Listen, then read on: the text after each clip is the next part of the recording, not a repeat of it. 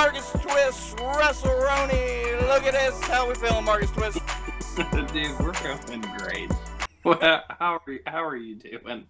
I was just telling you about the new rules with this monetization deal. We've made it past 7 seconds. We can say fuck. We can say shit now, but yeah, I done fucked up the first intro. So check out the worst of WrestleRoni for that. You were recently on vacation. You're back. How you feeling? Oh, well rested. So well rested. Had a blast. Did so many activities. Went and did all kinds of things. Had a near-death experience. Ooh, how'd that happen? At a water park in Myrtle Beach. Me and my father-in-law paired off as riding buddies. Uh-huh. And water parks have like a whole bunch of different weight limits. Well, the weight limit on this ride was like 400 pounds. Okay. Well, like I'm shooting like probably 235. Because been skimping on the diet all week because I wanted to enjoy myself and drink a bunch of beer and hang out. And like my father-in-law is a smaller guy, but he's like still not small enough for us to be under 400 pounds. And we get on it's a half pipe ride, right? Okay. And there are two tubes. You sit down, like they're connected. So you sit down in these tubes. You got to lace your legs together, and they just push you down over the side, and it's legit like a half pipe. Like it's like circle, like a U shape almost, like a U. And you go down and then come back up, and then go down and come back up on the other side. And you do that until you lose momentum. And whenever we went down the first time, we went so high that we hit the dry spot on the opposite side. And when we hit it, we bounced and like touched the top of the rod. Oh shit. And then came back down, and we were both just looking at each other like, hey, we're gonna fucking die. It finally, started to slow down, and then we get off, and I was like, yeah, man, they're real serious about that, like 400-pound weight limit, probably for a reason. So that's a little near-death experience. Went to Topgolf. I always thought golfing was for fucking turds. Mm-hmm. And went and hit some golf balls and, drank and ate a lot of good food, and it was really fun. I can't hit golf balls for shit, but it is really, really fun thing to like go and do. So we know that now. I'll be damned. Yeah, golfing, like if it was just hitting balls and stuff, it'd be awesome. Lots of walking involved and shit, though. Okay, not a golf podcast. Enough about your vacation. We're coming up on 1 year of WrestleRoni, Marcus. Can you believe it's already been a year? No, it does not feel like it's been a whole year. It feels like we just started doing this like yesterday. It seems like we've been doing it forever, but it just started yesterday, if that makes sense. Yeah. I see what you mean by that. It definitely, it's weird because, like, what was I, like, episode, like, 3 or 4? I think you were, like, 7, honestly. I can't remember. It was, like, the first time that I was on the show. I know it was within the top 10 episodes. And then, like, look where we're at now, man. Almost 100, a whole year in. There's a lot of podcasts that don't break 100 episodes for, like, a while. Yeah. And, like, here we are. Yeah. 100 episodes. And we've had some names. We've had some moments. God bless it. I bet I put out a poll today. A question, asking folks their favorite interviews, moments. We'll get to that on our big 1 year live stream coming up midnight on January, Jesus Christ, July 5th. That's when it is. July 5th, by God.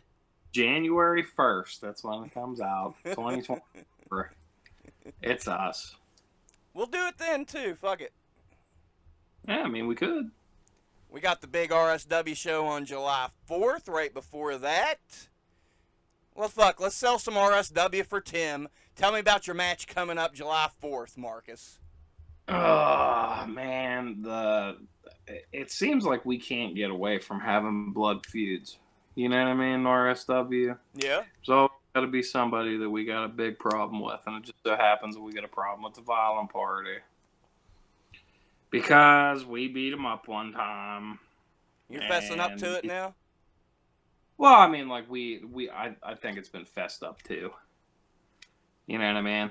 This been an ongoing thing. We've touched base on this probably like 4 or 5 times now. Okay. Uh, Dustin Alexander comes back at the show in Mannington, interrupts the match that we have with Badger Piss, and calls me and DD Vice out. I end up getting the old schoolboy, the ultimate finish put on me. 1, 2, 3. And he wants to have some kind of crazy tornado tag, hardcore style, fisticuffing Bonnie Brook down in Monongah for the 4th of July. Woo! So he's getting getting his revenge, I guess. If you'd call it revenge, he's trying to get his revenge Or on digging me his and hole. That's hey, he wants to get beat up. Giving him the fair one, it's fine. I mean, like I'll oblige that. It's not a big deal. I got a lot of respect for Vance Desmond, the things he's done in the business. I got respect for I guess it is to beat him up real good. Fair enough. We're just And gonna, you was breaking up like a son of a bitch. It's storming, but it's crystal clear now. But I got the gist of it, so to speak. He did kind of oh talk god, some shit in that promo. So you say you respect the man, but he cut a pretty scathing promo on you recently. oh shit, I didn't even see Oh, okay. I'll send you a link. it. should we pause it so I can look? Because maybe I'm being too nice. Maybe I should watch it real fast. Well, you go Look, ahead and look it up here. I'll talk to the folks while you're watching it. all right. I thought you had saw it there. Where's this at? I think it was from the RSW page, the Vance Desmond promo. I thought you'd saw it. The Vance Desmond promo? And he was talking some shit. Since when did old Murder Grandpappy do that? I could have swore we even had a conversation about it. I think you drank too much on vacation. Oh no, that was from June 12th. June 12th. Yeah, Seems about right. I don't know. yeah. There's a promo because Vance is like, I'm the last professional wrestler and blah blah blah. It's a really good promo. Like if you're into Jack Vaughn, you'll love that one because that's exactly who it came from. Ah. I see. I see. But as far as that shit's concerned, man, I'd let Vance talk. He doesn't, because our promo, of course, didn't get released. So I was thinking about posting it, but I might keep it under wraps. It don't really matter to me either way. But that are going to watch this, maybe I'll just kind of give the cliff notes on the promo. Vance Desmond is the trainer of Dustin Alexander. And they're called the Violent Party. But they shit all over hardcore wrestling. Doesn't really make a lot of sense to me. So you're pro violence as long as it's not too violent. All right, gotcha. Party's in your name, but then like you don't do drugs or drink, and you encourage steroid use so guys can look like wrestlers. That doesn't really make a lot of sense to me either. And then like Vance is talking about how like, you know, RSW's missed him and he's got to pop back up. But then he calls like he's the only like real looking wrestler on the roster, and it's just like, dude, the whole company's been great without you. I honestly didn't even notice that you weren't around. Mm. If I wouldn't have kicked your ass myself, I wouldn't have noticed you'd been gone in the first place. Because what the hell's he been doing? Push-ups. Not working on promos. I can tell you that. Damn. But he's been doing push-ups, and Dustin Alexander has been doing nothing. So you're gonna take a jab and call like most or all of RSW or like beer leaguers, guys that don't look like real wrestlers. But then like you got beat up by like two of the biggest beer leaguers in RSW, and like your partner is in way worse shape than me and DD Vice are. It just doesn't make sense.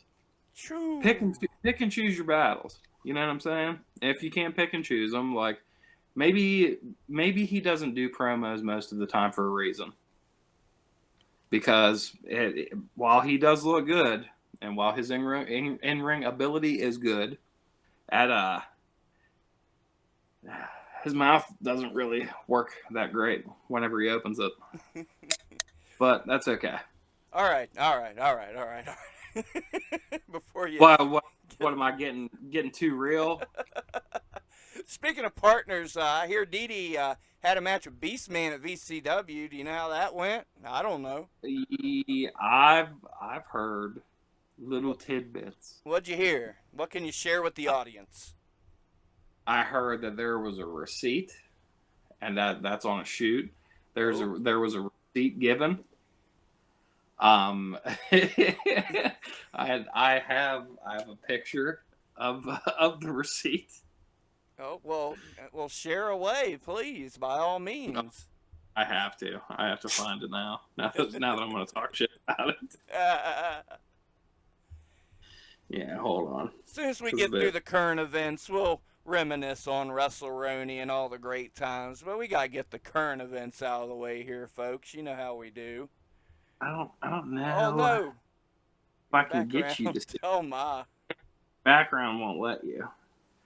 But okay, send it to me and I'll put it on the screen.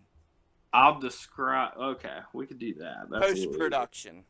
But I'll describe the picture while I'm sending over the picture to you. There is a Beastman-sized handprint in between DD Vice's shoulder blades. And for those of you guys that don't know, and this is something that I didn't know, but I also don't give them to anybody, that like a back chop is considered disrespect. Something I didn't know. Wasn't really sure that was everything. But DD Vice had a little dark match with one of Beastman's trainees. Gave him the old back chop. Oh. And that was his little receipt for that, as he got a Beastman side up. So that, I don't know if it was a winner, loser. I heard that DD Vice took 1 minute and 10 seconds before he walked out of the curtain as his music was playing, so that's pretty funny. I might have heard something about that before it even happened myself, so good on DD Vice. I laughed a lot. For those that aren't aware, every once in a while Beastman uses Bad Company, the cover of it, as kind of a tribute to Chase Stevens. It's a long-ass intro. So DD said, I got you, boo. And what did he use with a super long intro? Hot for Teacher. Yeah, there we go, yeah. What it was.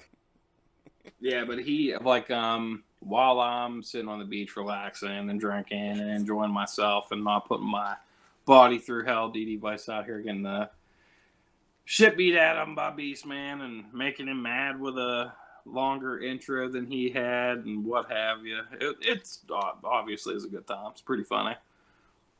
Yeah, they get a little crazy at those bar shows. A little bit more of a lax atmosphere. So good shit. Yeah, I've been told before we've gone out, do whatever you want, and that's the best. I'm sure. Well, that's how you get like cartwheel competitions. Oh yes, I did see that. Yeah. And while you were on vacation, I was here hard at work. I've been hooked up with the great Phil Picasso. A lot of great Australian footage coming to the channel. Not just his Fed, APW. We've also got Australian Wrestling Superstars, AWS, I believe it is. Another promotion. Many more Australian interviews to come. I guess we're getting quite the audience in Australia. So, hello, mates, because I'm getting requests from folks that aren't necessarily part of his promotion that still want to be on the show. So, I guess we have an audience in Australia now. Well, that is something. Because Yeah. we're trying to come up with a game plan to go to Australia. I think what did we say? 2025? You said 2025. You never know when the world's going to end. Let's shoot for 2024, We could definitely try. We got YouTube money rolling in now. It might be easier than you think. We have tenths of cents rolling in. Yeah. And we will get to Australia. And speaking of which, I also found out this week, you know that I've always been a big fan of XVW, always been a big fan of Shadow WX. Well, a certain great friend that I can't put over because they're a asshole on your TV screen, but they just gave me a phone call out of the blue and said, let's go up to XVW. And I said, let's go. So I'm on my way. You can't put it on Paul. Well, he's a heel. He's a bad guy. So am I sometimes. Well, okay, fair enough. Me and Jeff Paul's rolling to XVW, and it's going to be fucking cool. Shadow Well, WX. You're allowed to go hang out with Jeff Paul, I guess. Thank you. Yeah. He don't want to wrestle. He's like 7 feet tall, and he's scared to wrestle old Marcus Twist. It's a small world. It's bound to happen eventually. Maybe. Speaking of lucky. Ohio, we're heading to Parma, Ohio soon. RSW is. Yeah. Since we're about 20 minutes deep, I'll go ahead and run my mouth a little bit. Do you see who's challenging Remy for the title in Parma? Yeah, fucking Shitsville, USA. The old ring rental captain himself, J.D. Smooth Turds.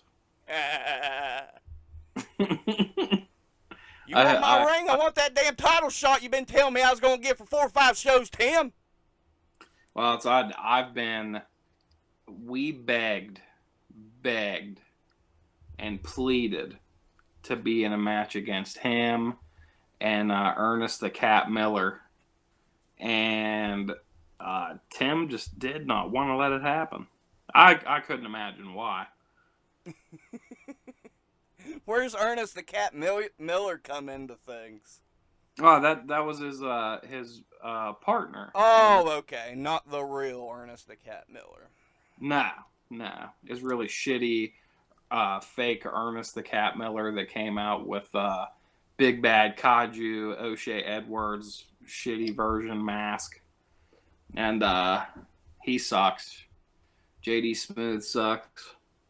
I would wrestle JD Smooth in singles or in a tag. And I would fold him up 6 times and shove him up his own ass. Damn. He's one of those 10-year veterans who's had like 100 matches. People book him because he owns a ring, and that's the only reason he gets booked. Because whenever he's not doing that, he's selling meth out of whatever trailer park he comes from around Parma, Ohio. Well, hell, he just got some free advertisement then. Hey, if you want somebody who gets beat up real good and sucks, and he'll make everything look great because he's gonna get the shit beat at him for real for being an asshole. Book JD Smooth and his little traveling circus of minions who are also high on crystal meth out of Ohio somewhere. Also, if you need to rent a wrestling ring or need some crystal meth, there's your guy. JD Smooth. I mean, I get it now. You bring the guy, you got a ring, you got about 5 or 6 wrestlers, and you got some meth. And That's your like thing. there's a unlimited supply of women's underwear that he just brings with him. I don't. That spot is so goddamn stupid, but he's got it. You seen the spot? Yeah. Hank. Huh? Yeah, I believe so. For some reason, he's wearing women's underwear or some shit. Explain to the Yeah. audience. Okay, so he has this spot where he's wearing women's underwear, quote unquote, but what they really are is they're just like tucked down in his tights. And you go to grab onto him and he goes to break loose from you, and then you end up pulling the women's underwear off of him, and he makes this huge deal about it. And it's like I guess it's supposed to be like making people laugh and having fun kind of moment. But what it really is like it's just really fucking stupid, and no one really cares whenever they see it. Like it did. I don't think it got like any reactions that last time that he did it. No. And then like what made it even better was like he tried to snub Logan Taylor and Trevor Gage, and they beat the shit out of him. Yeah. And And then then after that happened, I was like, man, I also would really like to do that. yeah. And then we weren't allowed. And then didn't he get put in a 4-way, and they were going to teach him a lesson, quote unquote, teach him a lesson, and like nothing fucking happened. Oh yeah. He just Okay. had a match. So good on RSW's booking committee there. You guys are really teaching people the correct lessons here. Oh yeah. You want to get booked again, buddy? You can be a piece of shit to one of the regular members of the roster, and nothing bad ever happens to you. Yeah.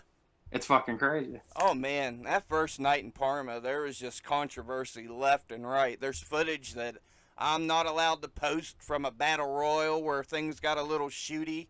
Yeah, I'll tell you about that later. You've already fucking done enough damage to the show. You know what I'm What talking do you mean? I thought we were shooting. Marcus Twist gives no fucks no more. Hey, I don't give a fuck anymore. What do I got to lose? What else they gonna take away from me? We're both fucking, we're ruining the business. Not guys with pink underwear tucked in their trousers. We're killing the business. Yep. I don't know about you, but over this way, business is pretty fucking good. Speaking of which, WrestleRoni has been on a fucking roll, Marcus. We've had Pondo, we've had Jason Knight, and I mean, if you go back, goddamn, we've had Ruthless Lala, Nurse Micah, Jeff Paul, folks from Argentina, folks from Australia. Holy hell, man, what a year. Dude, they're like, especially recently, like WrestleRoni's been on this crazy roll, man. Mm-hmm.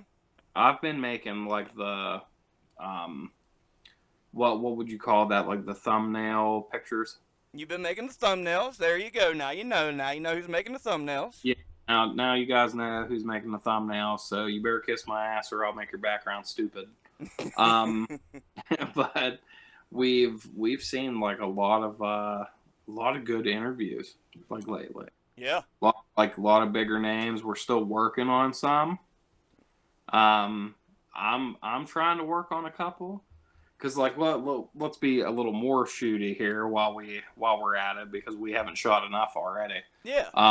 I at my shoot job, I'm working night shift, so it's kind of hard to be a co-host whenever like you're going into work whenever you record like the podcast. You know what I mean? Right. So I've been giving back doing the thumbnails.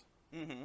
Trying to get back doing the thumbnails, but I've also been like working on some guys that probably, if they do interviews, I'd like the 2 or 3 guys that like I'm thinking of, and I'm not going to spoil it because I don't want people to look forward to it. Mm-hmm. But the guys that I'm thinking about and trying and have been trying to get on aren't guys that generally do interviews. But I tell you what, we've had people on here before that people told me they'll never do an interview. They don't do podcasts, and it's happened. So Yeah, like so I got my foot in the door with like 2 guys. And it's a start.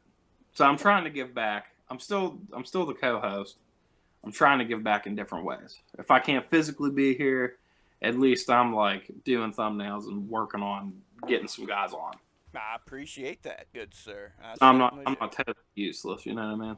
I tell you what, since we're getting shooty, and we're usually a pretty positive show, but let's shit on some people if they deserve it. First off, fuck Mantar. I said it. Fuck Mantar. Hit him up. And I'm He's like, yo, Mantar, let's get you on the show. I do my usual ass kiss routine. Booking fees $150, appearance fees $150. Yeah, fuck you. You ain't getting $150 for shit. Like, who the fuck wants to hear a Mantar interview anyway? I figured I'd start at the bottom and work my way up, but fuck Mantar. he had like a real solid like big boot, didn't he? I don't remember that. Because I like accidentally seen like they didn't give credit to either guy that was in the video, but I'm pretty sure we saw Mantar doing a big boot to what's the jobber back in the day that was he was in the like 90s. He's always on Raw. He actually won a match like against Barry like, Horowitz. Barry Horowitz. He was Okay. giving a big boot to Barry Horowitz. Okay. Yep.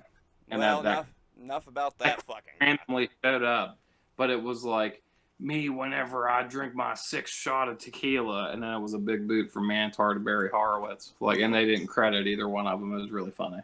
And But here's yeah. one you didn't know about, Marcus. All weekend I've been playing tag with this motherfucker. Never did come through. The young man's name is Tommy Trigga. Trigga. He works for Phil Picasso, our great friend in Australia, and a few other indie feds. He'd agreed to the interview. Now get this, right out the gate. He's like, how long would the interview be? I'll see what I can do. And I was like, they usually run an hour. First person ever to tell me, well, maybe I can give you a half hour. Okay, there's strike one. Okay, whatever. And after that, yeah, man, I tell him, I've got a show this Saturday, but other than that, I'm open all weekend. Okay, man, let's do it Saturday. All right, you dumb fucker, I just told you I have a show Saturday. There's strike number 2. So the show's canceled Saturday due to rain delay, so I'm home. Hey, buddy, I'm home. You want to do the interview? Yeah, mate, I'm at my mate's house, and we're drinking. It'll be fun. All right, man, let me know when you're ready. I'll wait. And I just gave up eventually. And then he hits me up. Sorry, mate, I fell asleep. Okay, bro, you still want to do the interview? Yeah. Haven't heard from the fucker since, so he won't be on the show. Tommy Trigger. Not Trigger. Trigga. Tommy, No hard R. No hard R, Marcus. Tommy Trigger. Yeah, Phil calls him Milky Bar Kid. Okay, so Milky Bar Kid sucks. Yeah. I mean, he's young. I'm not mad at him. He's young. I'm sure he's partying and doing his thing. If I was his age, a podcast wouldn't be top priority. But tell me that. Don't fucking give me the runaround and try to big league me. Please don't. Oh, because he's such a big name. Yeah. I understand what it's like to be booked all over one promotion and be too busy for a podcast. Right. That's Yeah. crazy. I'm then- sure the one show he works a month is just a lot. Yeah, and in the meantime, the interview before you is Madman Pondo, and the one after you is Jason Knight. Sorry, we just couldn't make it happen, folks. I apologize. Yeah, we're really robbing the viewers of must-have interviews. And it hasn't all. What'd you say? What were you gonna say? We should have focused more on Timmy Trigger instead of Madman Pondo. Yeah. And let me tell you about Madman Pondo, what a sweetheart he is. I get up the balls to ask him, and he's like, sure, when you want to do it? And I'm like, when you free? He's like, let's do it right now. And so that's, I know I'm not the biggest shot in the world, but if Madman fucking Pondo can be like, it was the same with Lala. When I asked Lala, let's do it today. when names like that can be like, boom, let's do it. I understand people are busy and have shit to do. Then tell me you're busy and you got shit to do. Don't give me the runaround. Dude, let me tell you a story about Yes, Matt. please do. Um, what is it? AIW East Coast, I believe is what they're called. IWA was his fed. IWA East Coast. IWA Mm-hmm. East Coast. That's the ones that do like the shit down in like Charleston, right? I believe so. Okay, so like they don't run that often, and we went down there, and it was like my first time being in like a different promotion where it was like actually like going there to do something. Mm-hmm. Um, I went down for a rumble, and that wasn't even like one of the reasons that like I wanted to be there. I wanted to see Warhorse go up against Jason Gorey. Oh, okay. And I wanted to meet Warhorse because that was one of the reasons I wanted to get into wrestling. I started watching like a little bit of indie stuff, and I saw him, and I was like, "Oh, holy shit! He's like, you know, the Warrior, but like good."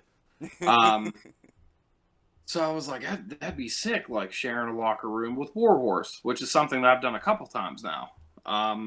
But so I go down there, and my trainer, who will remain nameless because people have talked about him enough, he's getting too much credit.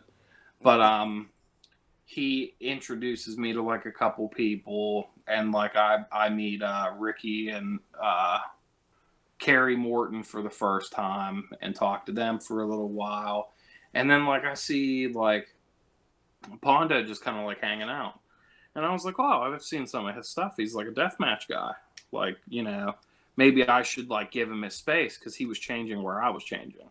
Mm-hmm. And you know, I hung out, went over, started talking to him. And then like we get like a little like into the conversation and we're making friends. He just gives me like one of his signed copies of his book for free. Oh shit. Yeah, like his like autobiography that like he has out. It is sitting in my other room right now. But even if I wanted to show you because of the background, it won't let me Yeah, right. wash it out. But Pondo is one of the nicest guys ever. Super professional. Like that dude's legit. Yeah. Super. And Wait till that's you watch the interview, man. He's super awesome. well, if I wasn't at the beach drinking all week. Yeah, you have plenty to catch up on. Yeah, I do.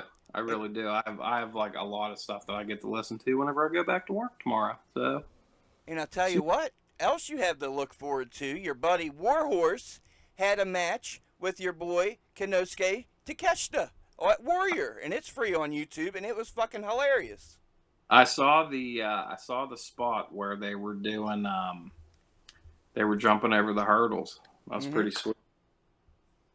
And you know who else we need to hit up? Your buddy the Blue Meanie. I just posted a clip as a short with you and Meanie. We just had Jason on here. So we need to talk to your buddy Blue Meanie here soon, get him on. The Blue Meanie. Yeah, man. For sure. I feel like you got to have Cowpoke Paul talk to him. Okay. Fair enough. Yeah. Cowpoke's over with Blue Meanie for sure. Well, we'll go through the proper channels. We Here, got to talk to Cowpoke about that. here we thought this podcast would be reminiscent about a year of, WrestleRoni. And all we're doing is talking shit and burying people, which I'm enjoying. This is fucking great. Marcus has literally disappeared. He's back. I'm trying to be comfortable and at the same time, like, make it so my background stays on. Got you. Okay. You All know, right. Here's a I'm here. question. I'll throw a question at you. Your first appearance on the podcast, you had made a tweet about a prior appearance. You said it would be pretty cool to hop on. I respond to the tweet. We'd love to have you. So, what was going through your mind the day that you were going to be on the podcast the first time? I had done a lot of like weird shit leading up until then. Mm-hmm. So like the whole like me getting into wrestling. Mm-hmm. Yeah, we'll sit this down here. That works because now I'm just a giant head. I dig it. But whenever I was getting into wrestling, it was I was doing like a video game auction during COVID to sell video games for my local video game store. So Mm-hmm. that was like what I was doing. Um, so I've been on camera like a couple times. Talked briefly about wrestling and about other things, and I was training like during those times, and I was like, dude, I feel like this story for people that don't know it is interesting because like I went on the hunt for Virgil and it kind of fell into like training to be a pro wrestler like by accident almost. Mm-hmm. Um, and I was like, I feel like that'd be a really cool story to tell. Um, I had people like tell me like, hey, like guys, legit, go on there, do your shit. Like, um, I heard, hey, don't like shoot, try to work the whole thing, and I was like, that's not like people don't do that though. Right. Uh, some people do. Some people that we have interviewed like try to shoot through the whole thing. Yeah. And that's exhausting, and you're not giving people anything that you haven't gave them before. You know what I mean? Right Like on. if you watch one of my promos, you're seeing like my personality turned up to 11. You're not really seeing anything about like what really ticks behind the guy. You know what I mean? Yeah. So whenever I sat down and I was like, yeah, I want to do this podcast and be super real about it, and like kind of I want to work, I want to shoot, I want to do, just get into it. That's like I kind of just came in like, hey, let's just see what happens, because that's pretty much how I've won my entire career. It's just been like, well, let's just see what happens. Mm-hmm. So, I didn't know you. I didn't know what we were going to talk about. I didn't know what I was going to get in trouble for, Right. because at that point, like there were a lot more eyes on me that gave a shit. Now, if they care, I don't care. And you So did get in trouble. I think I did get bitched at. To a Yeah, degree, I mean, I heard negative feedback from said people. yeah. I got bitched at like over wrestling terms. I Work, remember I set your work ass up, basically, and for didn't us. know it. Because I'd asked you how long you'd been in the business, and you were honest, and they were pissed that you were honest about said answer. Well, that's, I mean, dude, that's also like factual. What the fuck am I gonna do? Lie to people? Like, Hurry up I and get don't on Cage lie Match and make now. a fucking deal. Like, people ask me how long I've been in the business now, and it's the biggest compliment I feel like I always get is I thought that you have been in as long as we are. Right. Or, you've been around forever. Like, um, but I don't give a shit about any of that. Why lie? You know what I mean? Good looks. Like, then I cared because I was like, I'm gonna get bitched at.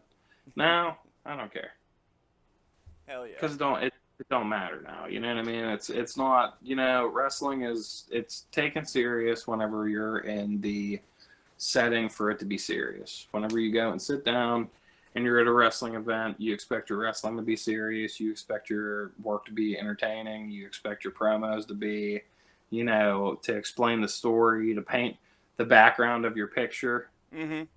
Your foreground is the work you do in your match. But like, you can't be your character all the time, and people aren't really interested in like seeing your character constantly 24/7. Right. Like, why would I follow you on social media to see only wrestling all the time? Right. You know what I mean? Like, you follow somebody to see like, oh, what do they do whenever they're not wrestling? Are they working out? Are they doing fun stuff? Are they funny people? Like that's the whole reality TV interest that people have in other people's lives. I dig it. You And know? going back to those days, I've been going back through the early interviews, making these little flashback videos I've been putting on the channel. And I want to right now apologize to Mad Dog Myers because that is the worst fucking interview. It's fucking cringe as fuck. Not Mad Dog's fault. Totally my fault. It's hard to fucking listen to. I almost unlisted it, but Mad Dog shit should be out there. I want Mad Dog on the show proper. That was a fucking hard listen. See, back then. Go ahead. What happened? I don't know. I don't know. It's just hard to listen to, man. Like, it sounds like I don't know my ass from a hole in the ground. I really don't know, man. It's a fucking rough listen. Because I was going through trying to find little snippets from every interview and everything. Like, you can tell he is far from impressed with me.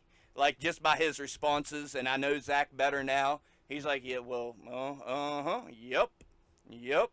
And see, back then, I'll go through my notepad right now. I'm going to bring it up. I would write down questions. I took it super serious. I would have fucking 20 questions lined up. And around episode 20 or so, I just said, fuck it. We're just going to talk and see what happens. And that's been the way it's been ever since. I did that whenever we finally got Virgil on. Mm-hmm. Okay. Because the whole...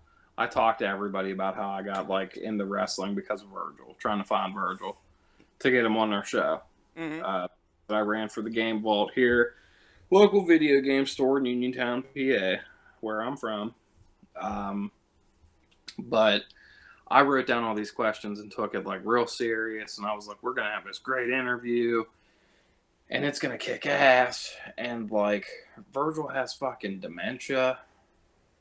And this was whenever it was like early setting in, and all the information that you can find about him is all changeable information on like Wikipedia. There's nothing like really that stands out, and there's nothing that he's gonna say that is any different than, you know, he would say to literally anybody. Every interview that I've ever seen of his now is the same.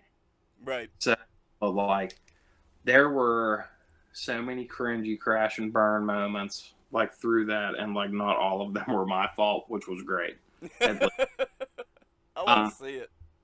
He mixed up Owen Hart and who was the... I want to say it was... who died in a motorcycle accident? Like, maybe one of the Von Erichs. They all killed themselves, except for the one died overseas.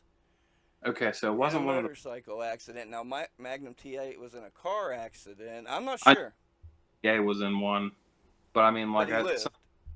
Yeah, he lived. Yeah. No, but somebody had died in a motorcycle accident. Okay. And Virgil messed up Owen Hart and this other guy. Oh, dear.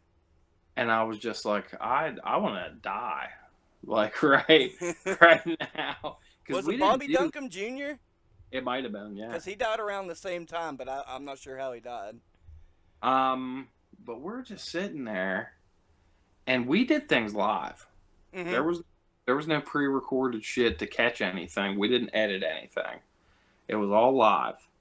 And every question that I asked him, if he could have remembered or if he couldn't have remembered, like almost every question I asked was fucking wrong, or he didn't agree with it, or he mixed up shit completely. He like tried to say that like the most prestigious belt he ever had was the $1 million belt.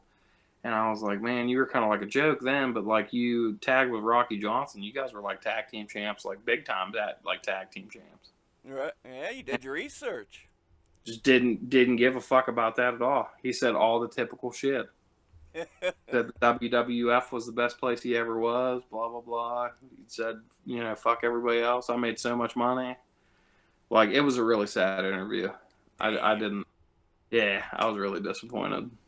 Well, I tell you what, I have found the notes on my phone from your interview. Would you like to hear my notes? Yeah, let's do that. I'll read them verbatim here. All right. Verbatim from start to finish, Marcus. The sweet and sassy son of the Independents, half of RSW Tag Team Champions, Saturday Night Special with Dee Vice is on the come up. Busy dude. Fuzzfest right around the corner this Saturday in Motown. When did he find and fall in love with wrestling? Typical fucking question. Favorite tag team? You're a tag team, okay. The current tag team scene, local and TV. Okay, so we're taking a look at, okay. Favorite match of your own? Training. First match. Wrestlers who inspired you. Favorite match you seen live. Favorite match on TV and pay-per-view. Versus legitimate businessmen at Fuzzfest, August 27th. Recent match with culmination in 2PW. Favorite horror movie or video game? A positive wrestling story. FTR, Briscoes, Rock and Roll Express, Heart Foundation. What? Like what? I guess I don't fucking know what that means. How long have you been wrestling? The last one is how long have you been wrestling? The fucking question that stirred the shit. For 3 days. So there's the notes from yours. And get this. Let's read this. I haven't even read this. I just got a message while I was looking at the notepad from Jay Master. Hey man, just talked to Catch's promoter. He says it's okay for you to share the main event from last month's Catch Argentina show. Let's go, baby. Well, hell yeah. Hell yeah. What do you think about that? Well, I mean, dude, whenever doors opened, they really opened. Because you got ties now with guys in Canada. You have ties with guys in Argentina. You got these ties with our good fellers down in Australia. I talk to Phil every day, bro. Speaking of which, let me tell you another quick story. Old Rob Stardom. When I first started the podcast, I was watching Rob's vlog. That was one of the first people I wanted to get on the pod. And I asked him, and he said, maybe later. So I talked to a few people that knew Rob, and they said, I don't think he's not doing any podcasts because he has a book coming out. Okay, fair enough. So I asked I asked on Facebook recently, who would you like to see on the show? Our good friend Sheldon commented Rob Stardom. And I put a crying emoji and said, bro, I tried. Well, here comes Rob Stardom. I'm coming your way soon. Let's do some collabs and let's do the interview. So Rob Stardom's coming soon, by God. Hell yeah. Let's try to interview him together. I think it'd be fun. Oh, bro, his vlog's been fucking hilarious lately. Like, he's out there having a good time. There's a lot of crazy shit going on in Canada. I'll shoot you some links. Check out Rob Stardom's vlog. That's a fun one. Robert. I'm sorry, I'm replying to J Master. Tell the folks, tell the folks your favorite interview that you were a part of. Ooh, there's a couple like real fun ones. All the panels that we've done have all been pretty fun. They all get off the rails and crazy. I've always really liked those. I enjoyed probably.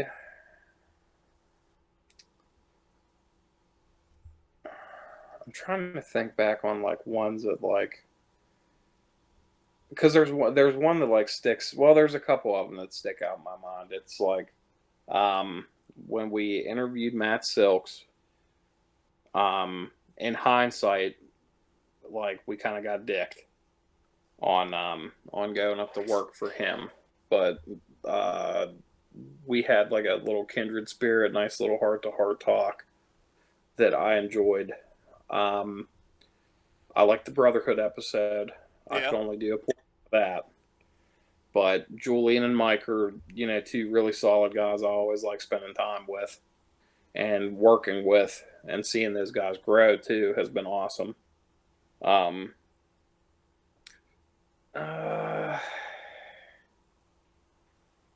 Shit. I mean, like just me like popping up the little what was the fucking? There was a real weird one that we did. Yeah, we've done a lot of weird ones, bro. No, but there's the guy down. He was a ref, and then he ran his own company.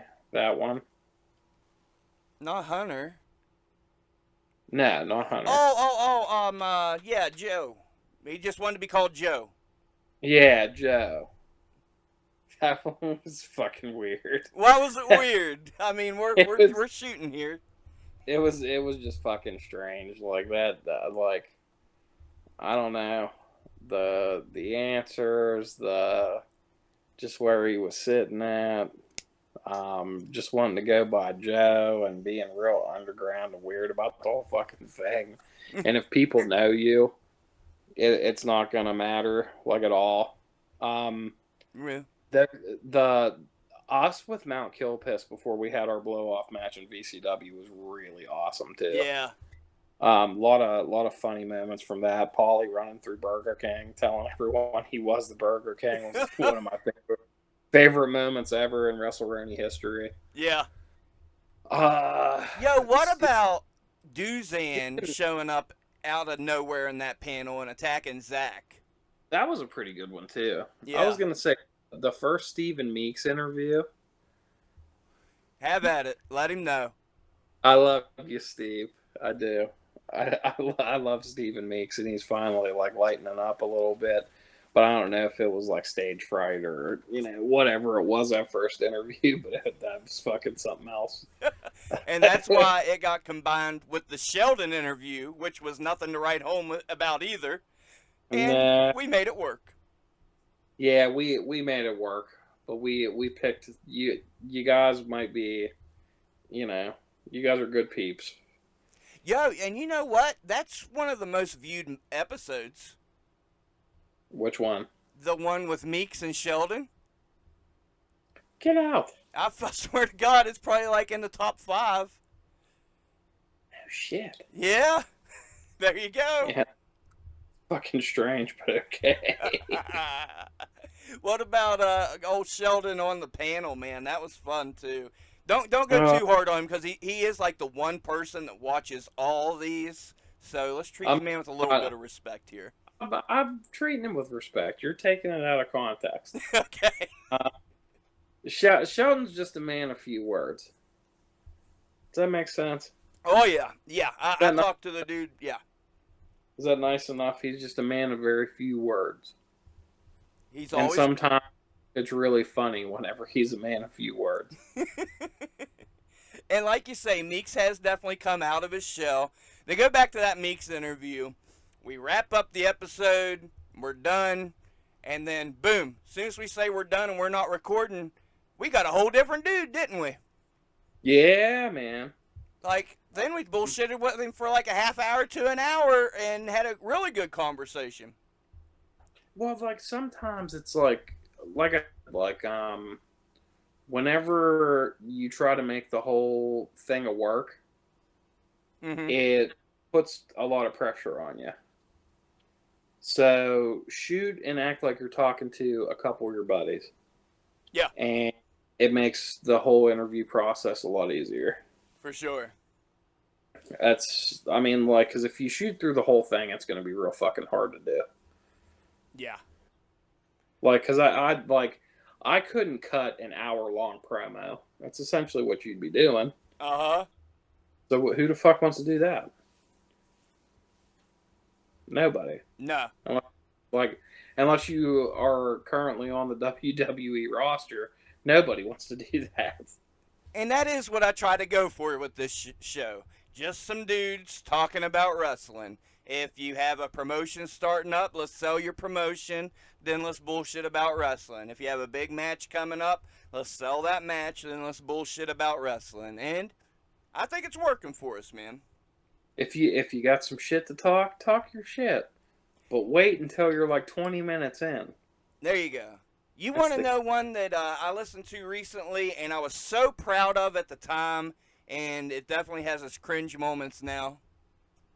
What? The one where you quit in New Kin, and I'm trying to sell it like I'm upset that you quit RSW. You were upset. You were legitimately upset. Don't fucking lie to these people. You were legitimately upset.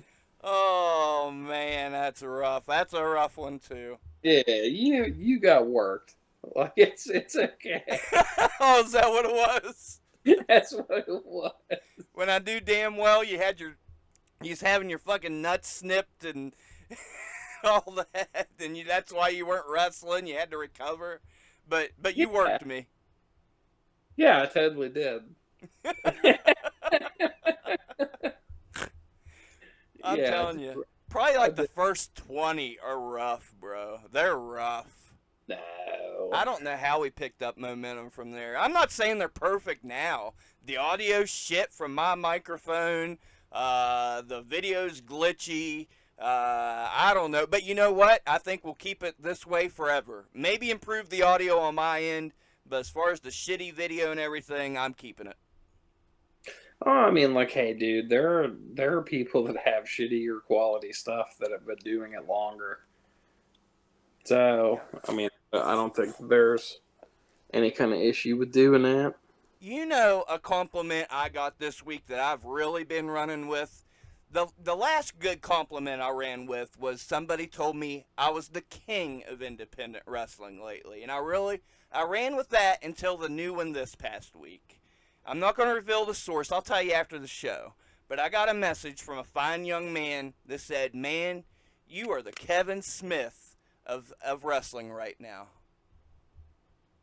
That's a big compliment. And then the next day, somebody said I look like both Jay and Silent Bob. So goddamn. I also saw that. All Just right. don't ever make T-shirts out of what people say about you, because then everyone will have a fucking problem with it. Oh yeah. Yeah, because Brotherly Love called us the Kings of West Virginia, and then we ran with it, made one design, and then everyone fucking cried about it. Oh boo hoo. How could they be the Kings of West Virginia whenever I just work at one place and never leave that one place? I'm the King of West Virginia, the whole state, even though I only work in one place. Well, everybody chill the fuck out and have fun and quit being so negative. All week, people have been bitching and crying and bitching and so fucking negative. Like, I understand. I can't say much because I'm unemployed. I'm living the life, man. I'm just fucking chilling, making podcasts, and going to wrestling shows. I don't have a whole lot of stress in life, so I get that, believe me. At the same time, I do get stressed. You would not believe the podcast I want to make about some of the stress I get from fucking wrestling, RSW in specific, but I don't. And I don't fucking put it out on social media. I might put a little thing out there every once in a while, but never, unless you know what I'm talking about, you don't know what I'm talking about. Chill the fuck out, you crybaby fucks. I mean, I agree. I've unfollowed a lot of people over the past couple weeks that um and these are all people that say they want to improve Mm-hmm. the way that things are, and they're the total opposite. They're part of the problem on why things aren't better. Yeah. And if somebody watches the podcast all the way up until now, which I know they won't, because I know the people that I'm talking about don't even watch this shit. But, dude, I just started unfollowing people that I can't stand on social media, I feel it. and it's been so much better. It's been so much better. Just be like, oh, dude, I don't have to look at you, bitch, anymore. I Like, hear you. brother, like, all right, let's shoot one last time. I I know doubt it'll be the last time, but go ahead. I got a lot today, but let's shoot one last time. Okay. Um, I get paid $10 per hour of driving. My minimum that I'll take to wrestle, and I will give the minimum whenever I get paid the minimum most of the time. But it's like 25, $30, and I'm not going to be the guy that's like, oh, I make a whole bunch more money at my shoot job, but I do. I don't get a quarter of the stress at my shoot job that I do in companies that don't think that they should have to pay anybody anything. Right on. And like the people that pay the least amount are the ones that are the biggest drama, fucking weird oriented people that like we just have to have like everything just be this big, us versus them, and nothing's transparent. It's all fucking crazy and shit. And like promotions like that, I've slowly just kind of stepped away from it. I just want to pop in, do my shit, and leave. And that's what I've been doing. And I've been unfollowing the people in said promotions that fucking just cause a bunch of shit. And it's been great. Good. It's been really nice to do that because it's like I make more an hour than what I make here spending an entire day driving down here, putting my body on the line, and dealing with stupid shit. So now I'm just like I'm just not caring. But if you have that weird like southern mentality about things, and it's not just southern. Like let's call a spade a spade. A lot of people call it old southern mentality. What I call it is like you're a fucking cheapskate that doesn't respect the business when you try to underpay guys and then you hoard money and you don't put it back into the product and you expect, miles from the inches that you put into the business. Yep. Like just fucking stop doing it then. You know what I mean? Yep. If you can't respect the business and treat guys in it with respect, if you can't give everyone a clean slate and you talk shit on everybody, then fucking stop. Yeah. It's that easy. It's super super easy. If you have nothing good to say, if you don't like the fucking wrestling business, if you don't like the people you have working for you, if you don't like paying the people that work for you, like just make it so guys don't operate at a loss. Make it so a guy can leave his house and come back and he didn't have to spend his own money to get to where he needs to be. Right on. Everything be on him. Like merch sales and making like big money. And I mean, until you're, 5-10 years in and you can prove that like you're worth more money, then like, so be it. But like, take care of the fucking guys that take care of you. Yeah. And if you're not capable of doing that, then don't expect these guys to fucking take care of you and be loyal to you.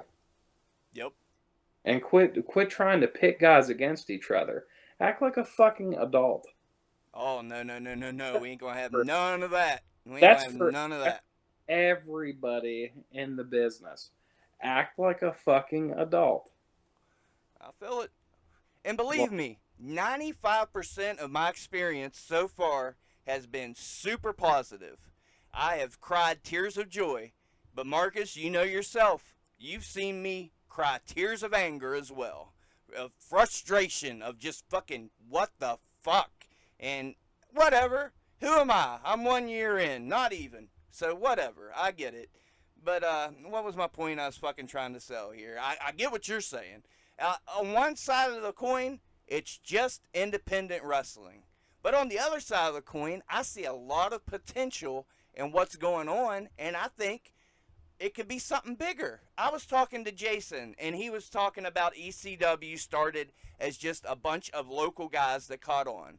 Now, I'm the first to say it's Philadelphia where it caught on. There's a huge wrestling fan base, and there's a lot of people there. So the odds of it happening around here are slim to none. But I think it's possible. We got the internet nowadays. So yeah, it's just independent wrestling, but at the same time, it could be huge if everybody just gets along. I don't even think I told you probably 10, 15 years ago, I was getting into the business then. And I got right the fuck out because it was so negative. I quit enjoying wrestling. I didn't enjoy it anymore because it was so fucking negative. Now, we've come miles since then. It's in a whole lot of a better place. There's a whole lot better people in it. But fuck, man, lately, believe me, there's a lot of shit I've been wanting to say, and it'll probably come out on the live stream when I get a few drinks on me and we're celebrating. We won't do it just yet, but I'm telling you, tune into that live stream, and we'll talk about the good, the bad, and the ugly. Nah, man. If you want to build the business to be better, Yes. you have to want it to be better for everybody. Right. It's like you want to save your neighborhood, but you're going to burn down everyone's house that you don't like. That's a good. And you're fucking, you don't like your neighbor. You're going to set his house on fire, and his house is 5 feet away from yours. Yeah. You know what I'm saying? I feel it. It's self-sabotaging. And bro, to not want the best for everybody. It's not just here. It's not just here. As you know, I've made some connections all around the world, and I promise you, this shit is worldwide. It is. It ain't just here. Believe me, the shit I see and I hear and I'm told, it's amazing. No, it's I know. You know yourself, I've left group chats because it's just negative bullshit. It's just running people down. It's never anything constructive. When everybody was put in said group chat to figure out things for the product and things to help, and all we're doing is just talking shit on the people you work with. Mm-hmm. What the fuck? And that, like I say, don't get me started, because we're celebrating 1 year, by God. We celebrated 1 year by burying so many people and just having fun and being fucking. This is the shoot episode. No doubt. And this is just leading up to the 1 year. This isn't the celebration episode. This is just getting you ready for that big live stream. Celebration. Yeah. Hell yeah. We had planned on getting together at my house, having a big party. I'm not sure what the fuck we're doing because, honestly, I figure everybody's going to wrestle and want to go to fuck home, and I understand that. So, we'll figure it out. We're going to get everybody on here. If you've been on a past episode of WrestleRoni and you don't hate us after this episode, you're invited. They might, and that's okay. Again, what do I have to lose? What do you have to lose? Nothing. No. Like that, and that's kind of where I'm at now. It's like, all right, well, I'm having a good time.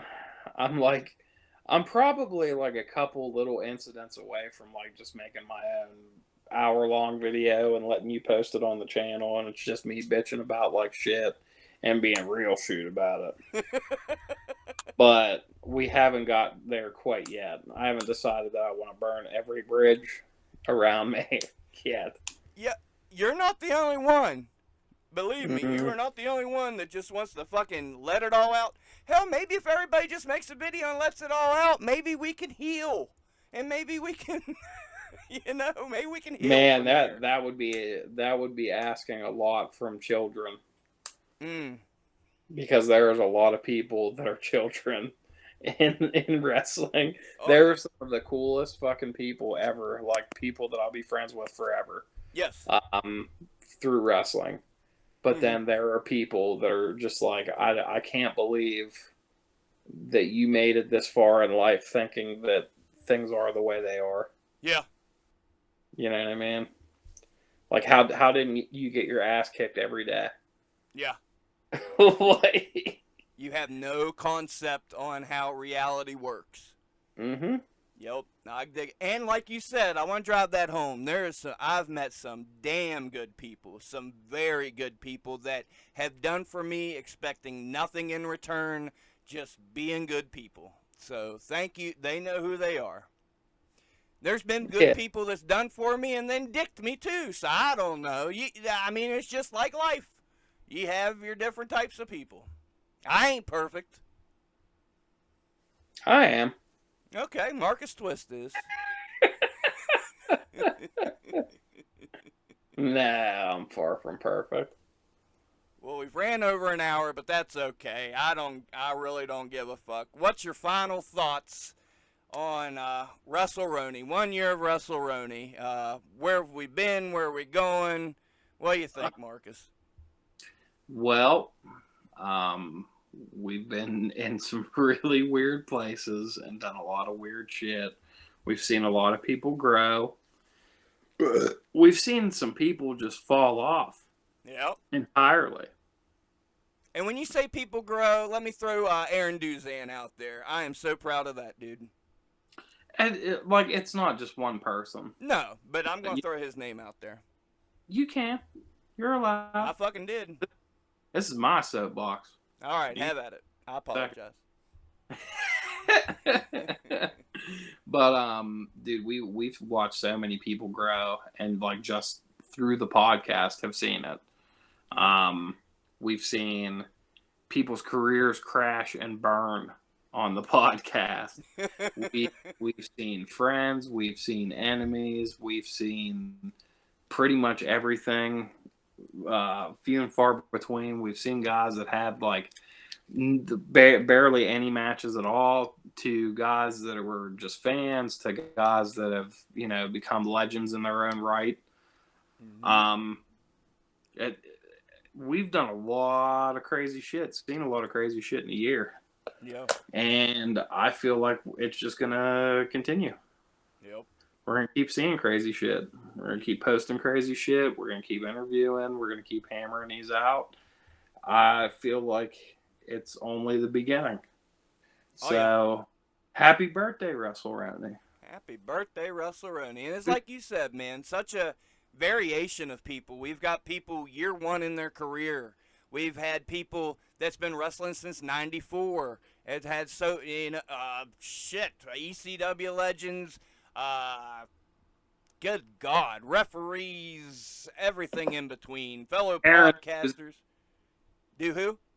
We've had Aaron Duzan. Aaron Duzan, by God, love that kid. We're just shouting out Aaron Duzan, not everyone else, just Aaron. Well, I'm fucking proud of him. He's come a long way since this podcast started, and good for him. Good for him. I'd bring up all the names, but they know who they are, man. Like, anybody, regardless if I like you right now or don't like you, if you have been on the podcast, thank you for that. And like I say, man, we're just going to keep on fucking going. And I'd say going into year 2, let's just fucking do it our way, man. Like, right now, we are an established name. WrestleRoni is a fucking established name. So I think we've earned the right, after all we've done, and we will continue to do for wrestling, we'll do it our fucking way. No holds barred from here on out. I've been treating it the same since day one, pretty much, and we'll keep treating it the same after day 651. That's right. And to the listeners, and that's important, the fucking audience. It started on Twitter, move over to Facebook. The YouTube subscribers has grown exponentially. You guys make it happen, man. You don't know how good you make a sorry sumbitch feel, but you've made me somebody. I'd like to think they've helped with your career as well. I'd like to think the podcast has helped everybody involved. It's helped a lot of people, but whenever it comes down to it, like, you guys have all helped us, from watching, from paying attention, to listening, to being invested, to subscribing, to talking to your friends, family, whoever about it.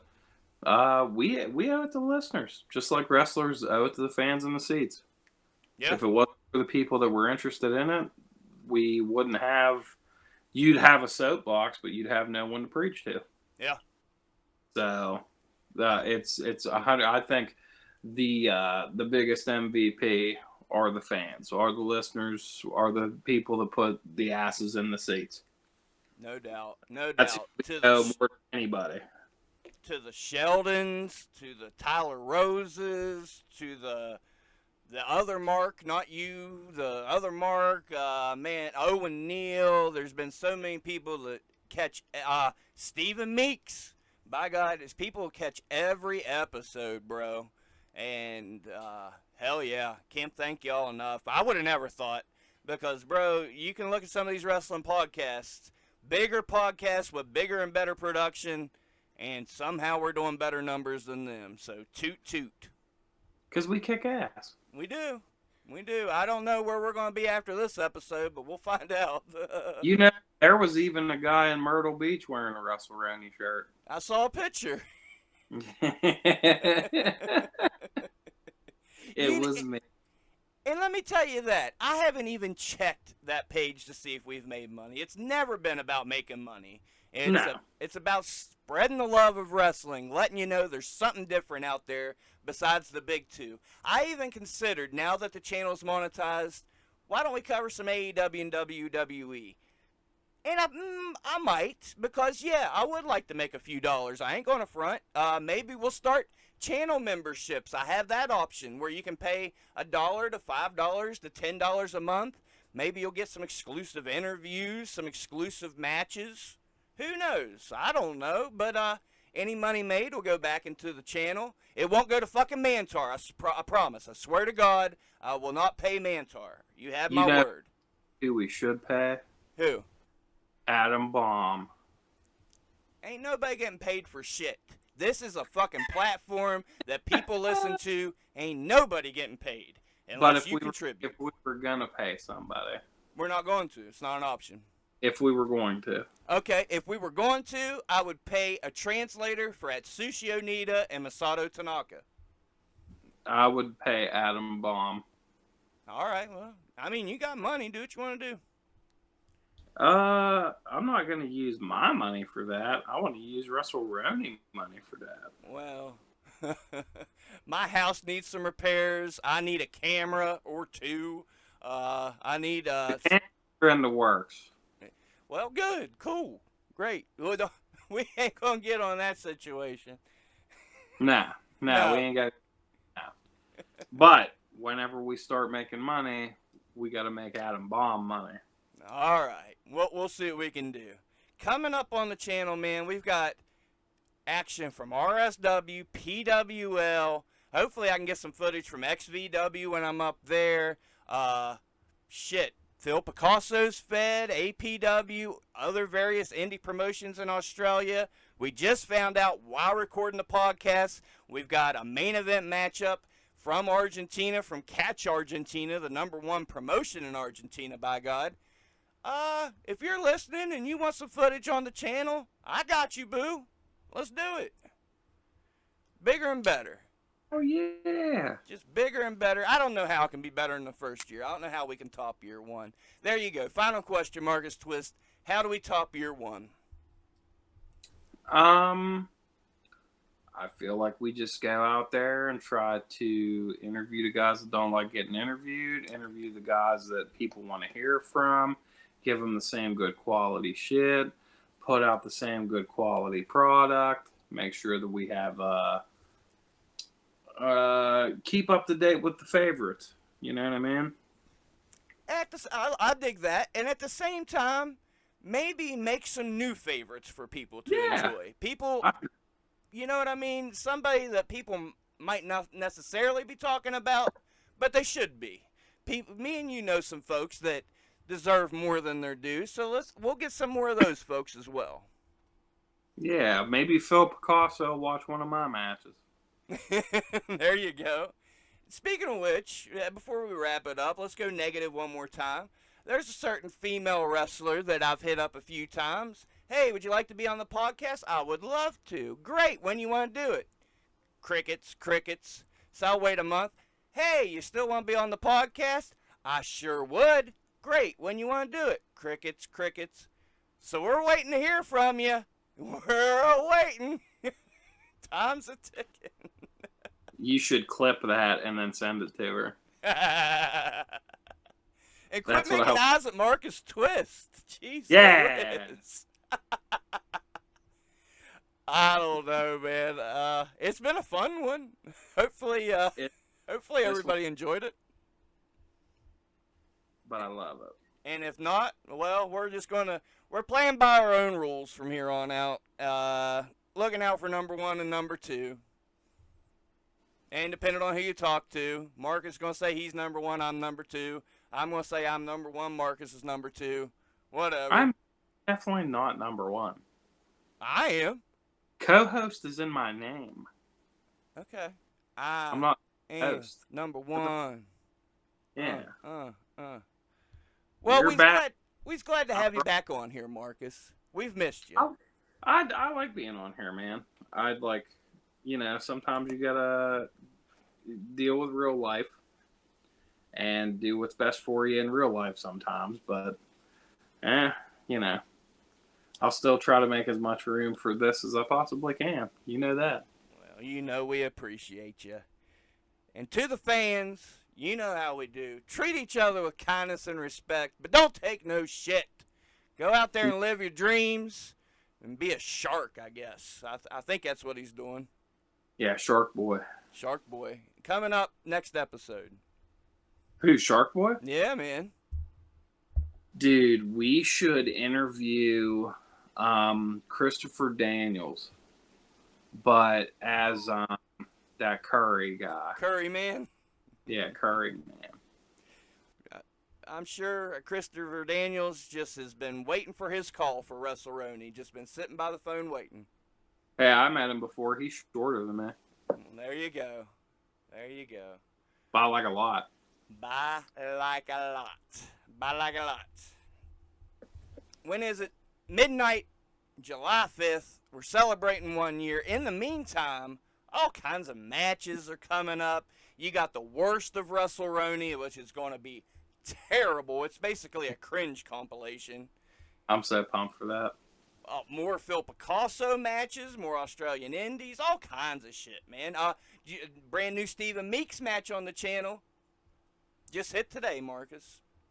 I gotta watch that. There you go. He hit me up. He said, "What'd you think of the match? What was some standout moments?" I said, "You're too sweet of a man to lie to, Meeks." I said, "I edited it and put it on the channel. I haven't even watched it. I'm sorry." Mm-hmm. It's a shame. Everybody's ranting and raving about that Jason Kincaid interview, too. That was a good one. Jason Kincaid's the best. Best to ever do it. I'd give him his own podcast if I can get the money from it. Well, it's my channel. I don't think if I'm going to give it to him, you know what I mean? What, you're going to give him the WrestleRoni podcast? No, it'd be like the Jason Kincaid podcast. But on the Jason WrestleRoni channel. Huh? The Jason Kincaid Hour. The Jason Kincaid Hour. And also coming soon, Dr. Phil Picasso. I think if two wrestlers have a beef and they can't figure it out, some legit heat, they get on here and we have Dr. Phil Picasso counsel them. Should we do that? I think that's the fucking greatest idea I've ever had. He'd say, "You motherfuckers, oh, you fucking head, you fucking watermelon motherfucker, you just gotta fucking go in there and boot each other, you motherfuckers." Marcus has lost total interest. He has looked at his phone for the last 10 minutes. He said, It's not been 10 minutes. 5 minutes. I don't even think it's been 5 minutes. Mm-hmm. I'm waiting for Phil Picasso to watch one of my matches. Well, and then, I'll listen to his podcast when he watches one of my matches. Damn. I think somebody's about to shoot you. You got a red laser deal on your neck. So, oh shit, now it's on your head. We're going to wrap it up before we see Marcus twist brains. Like I said, we love you. Thank you for everything. Oh, it was an inside job. Kayfabe, Marcus. Jesus whiz. We love you. Even if we talk shit on you, we love you. But you're still a shithead. We're out of here. Yeah,